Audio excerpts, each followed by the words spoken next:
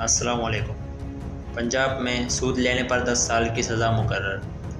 Media reports کے مطابق وزیر اعلیٰ پنجاب چودھری پرویز الہی سے صدر وفاق المدارس العربیہ کی قیادت علماء نے وفد کی ملاقات کی۔ اس دوران اسلام کے بنیادی اصولوں اور ترویج اور شرعی قوانین کے نفاذ سے متعلق تبادلہ خیال کیا گیا۔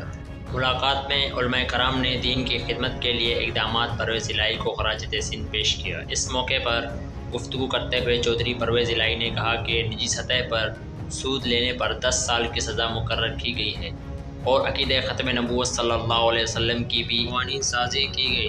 پہلی بار نکاح نامے میں عقیدہ ختم نبوت صلی اللہ علیہ وسلم شامل کیا گیا ہے۔ انہوں نے کہا کہ علماء کی دعاؤں اور برکتوں سے سارے کام سیدھے ہو رہے ہیں۔ پنجاب میں طلباء کے لیے ناظرہ اور ترجمہ قرآن لازمی کر دیا گیا ہے۔ اسلام کی روشنی میں ہمیں سود سے دوری کے لیے ایک بڑی مثال دی گئی ہے۔ اس میں سے سب سے بڑی مثال ہے اپنے والدہ کے ساتھ زنا کرنا۔ ان میں سے کچھ باتیں یہ اس تصویر میں آپ کو دکھ رہی ہوں۔ پرویز الہی صاحب نے ایک نیک قدم اٹھا لیا ہے۔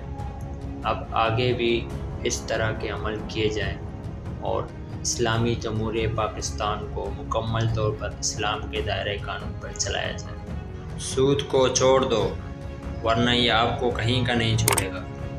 یہ بہت نیک قدم ہے جو پرویز الہی صاحب نے رکھی ہے۔ سود خور جنگ کے لیے تیار رہے کیونکہ وہ ظلم کر رہا ہے۔